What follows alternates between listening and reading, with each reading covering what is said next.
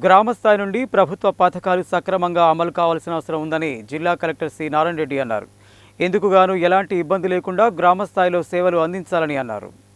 బుధవారం ఆయన జిల్లా కలెక్టర్ కార్యాలయం నుండి మండలాల ప్రత్యేక అధికారులు, తహసీల్దార్లు, ఎంపీడీఓలు, మండల స్థాయి అధికారులతో వచ్చే సోమవారం నుండి నిర్వహించనున్న ప్రజావాణి కార్యక్రమం, వివిధ ప్రభుత్వ పథకాల అమలుపై వీడియో కాన్ఫరెన్స్ నిర్వహించారు.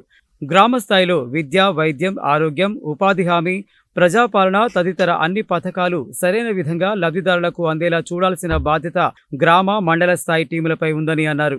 గ్రామ, మండల స్థాయి టీములు అన్ని అభివృద్ధి పథకాలు, ప్రభుత్వ సంక్షేమ పథకాలు, ప్రజాపాలనకు సంబంధించిన అన్ని విషయాల పట్ల అవగాహన కలిగి ఉండాలన్నారు. ప్రతి పథకం కింద టార్గెట్తో పాటు పెండింగ్ లబ్ధిదారులు, వారి జాబితాను ప్రత్యేకంగా రూపొందించాలని, అలాగే మండల స్థాయి టీములు, గ్రామ స్థాయి టీములను పర్యవేక్షించాలని, రాబోయే రోజుల్లో ఆయా పథకాల వారీగా సమీక్షించడం జరుగుతుందని తెలిపారు.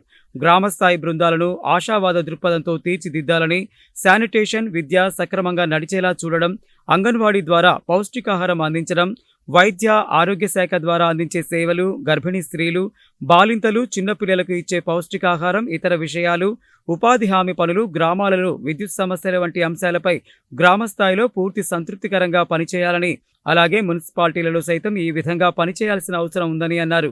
ఇందుకు గ్రామస్థాయి యంత్రాంగాన్ని సమాయత్తం చేయాలని అన్నారు. అధికారులు పూర్తిగా ప్రజలకు ఉపయోగపడే పనులు చేయాలని, ఉద్యోగులు ఎవరైనా అనధికారికంగా విధులకు గైర్హాజరైతే సస్పెండ్ చేయడం జరుగుతుందని హెచ్చరించారు. నిబంధనలకు అనుగుణంగా ఉన్న పనులు చేయాలని, ప్రజలతో మంచి సత్సంబంధాలను కలిగి ఉండాలని, అలాగే ప్రజా ప్రతినిధులను కలుపుకొని కార్యక్రమాలు నిర్వహించాలని, ప్రజా సంఘాలు, మీడియాను సైతం పరిగణలోకి తీసుకుని ముందుకు వెళ్లాలని తెలిపారు.